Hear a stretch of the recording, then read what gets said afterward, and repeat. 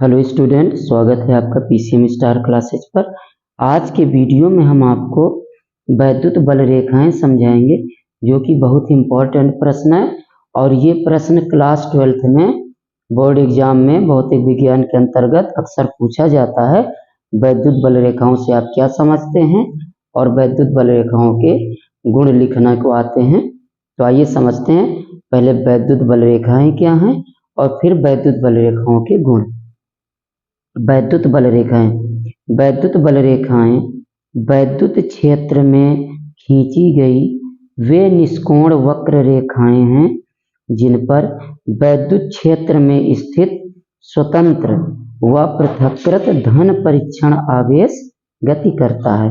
यानी वैद्युत बल रेखाएं वैद्युत क्षेत्र में खींची गई वे निष्कोण वक्र रेखाएं हैं जिन पर वैद्युत क्षेत्र में स्थित स्वतंत्र व पृथक्कृत धन परीक्षण आवेश गति करता है। ओके, अब इसको इस चित्र से समझिएगा। यहाँ पर ये प्लस क्यू आवेश है और इधर माइनस क्यू आवेश है। तो ये डॉट डॉट करके जो लाइनें दिखाई गई हैं यही वैद्युत बल रेखाएं हैं। इस प्रकार से ये डॉट डॉट करके आ रही हैं। तो इनको डॉट डॉट लाइन से क्यों प्रदर्शित करते हैं? क्योंकि वैद्युत बल रेखाएं जो होती हैं वे काल्पनिक रेखाएं होती है। ओके, और ये धन आवेश से निकल करके और ऋण आवेश पर समाप्त हो जाती है। इस प्रकार ये ऋण आवेश से पुनः धन आवेश की ओर नहीं जाती है। ओके, तो वैद्युत बल रेखाएं एक प्रकार की क्या काल्पनिक रेखाएं हैं और ये धन आवेश से निकलती हैं और ऋण आवेश पर समाप्त हो जाती है। तो इस प्रकार से देखिए, यहाँ पर ये प्लस और ये माइनस आवेश, ये प्लस क्यू आवेश हो गया, ये माइनस क्यू आवेश हो गया। तो वैद्युत बल रेखाएं कहाँ से? धन आवेश से इस तरह से निकल करके आई। दोनों साइड से इस तरह डॉट डॉट कर दीजिएगा, ऐसे ऐसे। और कुछ वैद्युत बल रेखाएं इस प्रकार से निकाल देते हैं, ये भी ऐसे डॉट डॉट करके आकर के यहीं पर ये आ जाती हैं और यहीं पर ऋण आवेश पर समाप्त हो जाती है। ओके, अब आइए समझते हैं वैद्युत बल रेखाओं के गुण। वैद्युत बल रेखाओं के क्या गुण हैं?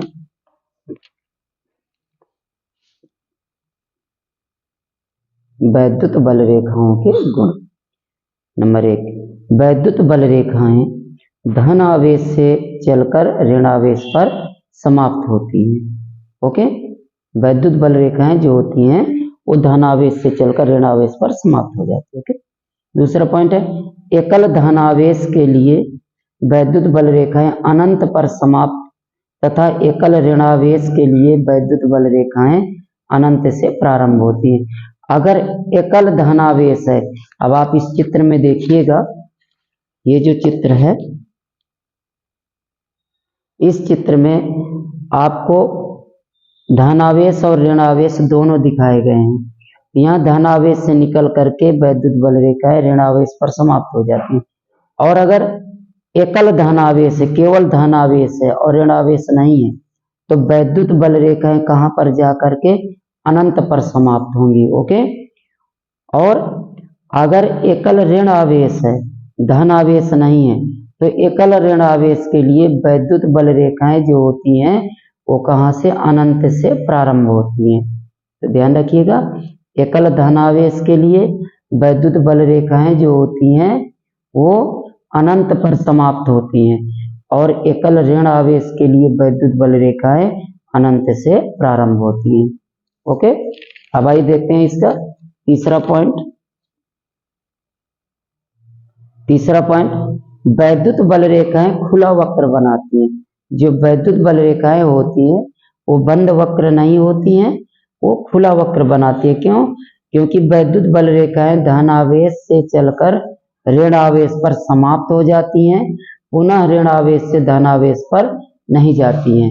ओके, जो वैद्युत बल रेखाएं होती हैं, ये चित्र है वैद्युत बल रेखाओं का, देखिएगा इस चित्र को।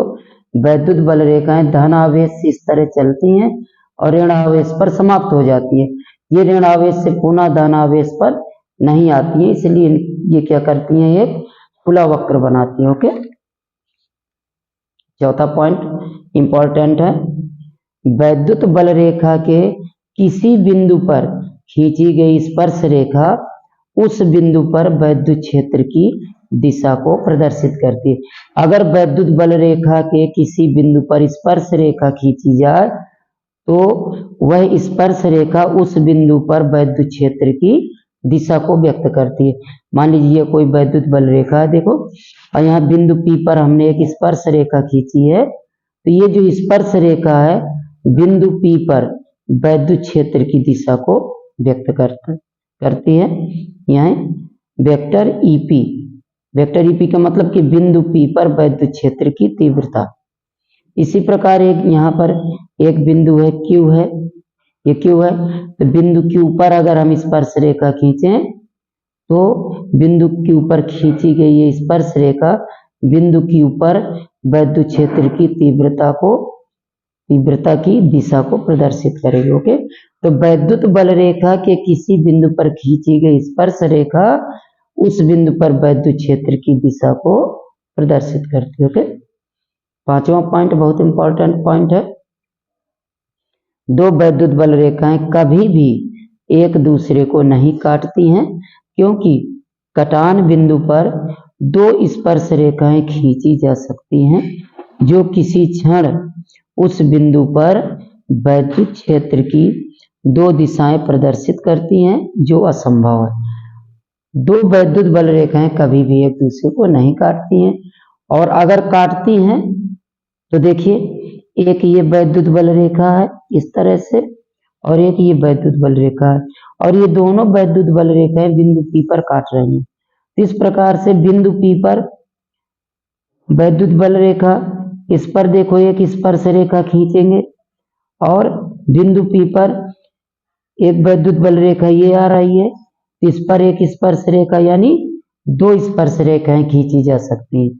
बिंदु P पर दो स्पर्श रेखाएं खींचेंगे, एक ये जो नीचे से वैद्युत बल रेखा आई है, इस पर एक स्पर्श रेखा हो जाएगी, तो ये बिंदु P पर वैद्युत क्षेत्र की दिशा को बताएगी, और ये ऊपर वाली जो वैद्युत बल रेखा है इस पर एक स्पर्श रेखा खींचेंगे, तो ये भी बिंदु P पर वैद्युत क्षेत्र की दिशा को प्रदर्शित करती।